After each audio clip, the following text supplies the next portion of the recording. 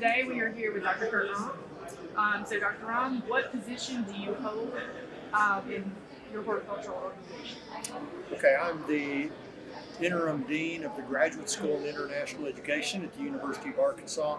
I also hold the title of university professor in the Department of Horticulture. All right. So what has horticulture meant to your life and career? Well, horticulture has been pretty much my life and my career. I grew up on a small family farm, so I was raised around horticulture. It was a pick-your-own and local fruit market. We raised apples and sold them to the community, both on our farm and at the Fayetteville Farmers Market in Fayetteville, Arkansas. So I studied horticulture as an undergraduate student. That's where I first encountered the ASHS, or maybe slightly before that. My father was a professor of horticulture and a member of the ASHS for about 30 years. And so our family vacations revolved around the ASHS. So I went to ASHS meetings when I was just a kid and would go watch my father give his presentations. It was kind of a big family event. Then when I was an undergraduate student, I started attending a few Southern Region meetings at the ASHS. Then I became a graduate student in 1980 and started attending ASHS meetings and have for the last 42 years. The ASHS was foundational in my career. It really helped me find who I was, build a network of colleagues and friends, and create the kind of ideas that I had. But I was a horticultural educator and horticulture research scientist. All right. So what was the most rewarding part of your career in horticulture? Well, it's hard to say what the most rewarding thing was, because I did always have a split point between teaching and research. And although those were interwoven in my career, there were different times that I felt like I was part of a research team or a research finding that I thought was significant, in the idea that we were creating science and technologies that helped farming.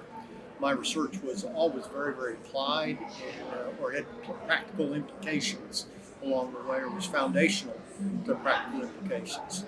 And so whenever we would do something that I thought was translational, that could be help farming practice, I found that to be very, very gratifying. Teaching is gratifying in itself when you see students have the aha moment. And of course, with all of that, there were some recognitions for achievements and awards by the ASHS or awards by my university in the areas of research and teaching. There were gratifying recognitions as well.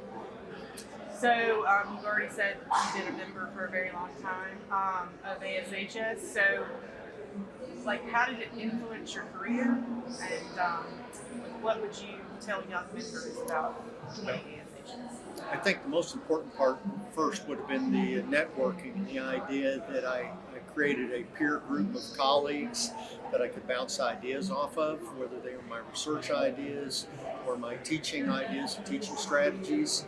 So in my two spheres of my career, teaching and research, I had really strong colleagues and peers in the ASHS that were really influential.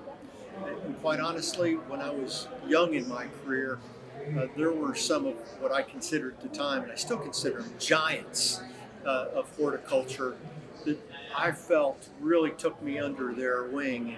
And now we would call it mentoring. Back then, I'm not sure what I knew that it was, but they were giving me guidance. They were helping me. They were ushering me. They were the ones that encouraged me to become involved in ASHS. The other thing that in my career now, I'm an administrator and a leader at the university. The ASHS gave me opportunities to start developing leadership skills. First was moderating a session and learning some of those skills and building that kind of skill base. Then becoming a chair and a leader or an officer in a professional interest group, and I served several professional interest groups in that. And then becoming part of the advisory councils and other committees, and finally leadership as president and chairman of the board. Those skills, learning to lead a volunteer organization, working with several thousand members of the ASHS, developed skills that have come to become a virtue to me every single day in my current position. So not only was it just good horticulture and that good peer-to-peer interaction and coming to the meetings and learning what the cutting edge of my discipline and my science was, it gave me a chance to grow personally, professionally, into leadership capacities as well. All right. So with that, what advice can you offer students that are young professionals in horticulture? I think the best advice is to get involved and pay attention to the ASHS. As I said, I've been coming for 42 years. I always feel sorry for members that I would see every 5th year or they would periodically come, because I wonder how they stayed in touch with the science. I wonder how they were developing their peer group and network. And quite honestly, the leaders in our disciplines are members that were coming every single year. Those that I see kind of faltered in their career would say, well, I'm only going to come every 3rd year or every 5th year. So being a regular attendee, participating, going to the discipline sessions, listening to it. I mean, I'm just impressed with the science I've heard today. And I'm looking forward to the science I'm going to hear this week. Staying current on that science will keep the scholar current on the science. And it doesn't matter if it's fundamental science, or translational science, or applied science, or even the science of pedagogy, teaching, and outreach. I think that really keeps a young person, or any level of a career, sharp in that career. It keeps you in tune where the field is, and that helps you develop as a scholar, as a scientist, as a consultant, or whatever your area is. Then further, and I think my own career would exemplify that, if you get involved and you take that next step to take on some leadership capacity, and you might not become a dean or a department chair, but you'll become the project leader in your laboratory or the leader in your classroom. So the leadership skills that you can develop inside of the ASHS become employed wherever you are in your career and whatever your responsibilities are. So, simple words of advice is come to the meetings, be active in the society, get involved in the society, reach outside of yourself to take on some new capacity. I agree. I can tell you have quite a bit of excitement for the future of horticulture. So what excites you most about the future of the industry and profession? Well, I think we face some tremendous challenges.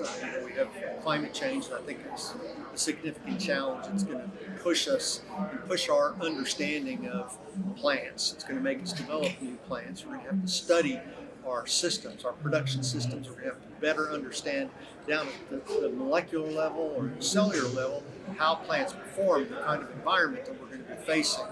So I think that's kind of exciting. Although a big challenge, that's the excitement of it, is we're not stationary in that regard. I think the new developments that are continuing all the time in genetic technologies and how we can deploy those genetic technologies, creating new systems that I believe will become more sustainable for us. I think that's really exciting right now. I think even the idea of some of the new technologies we have in the way we are teaching, the way people are learning.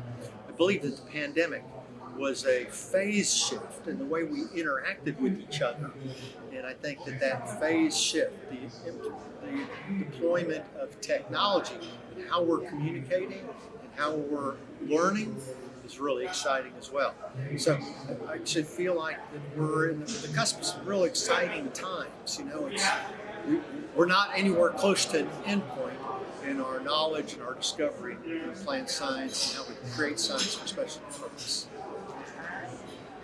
Dr. Rom, it's always really nice to talk to you. I appreciate you being with us today. Well, thank you very much. It was quite an honor. It's a pleasure and honor to be a member of the ASHS.